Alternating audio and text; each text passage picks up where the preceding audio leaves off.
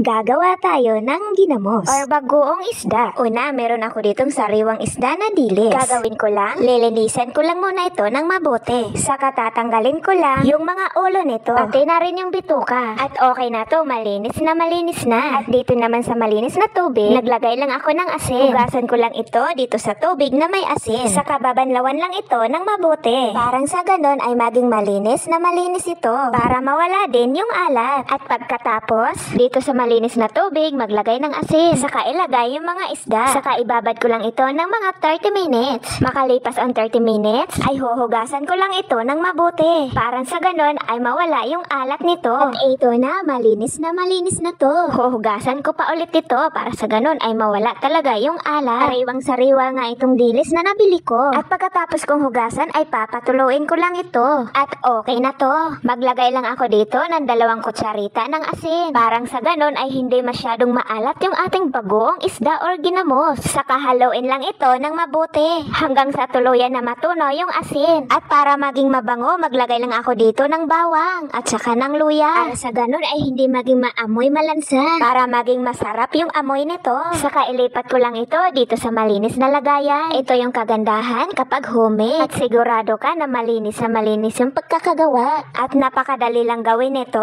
Ayan, nailagay ko na lahat dito sa lagayan. Tatakpan ko lang ito.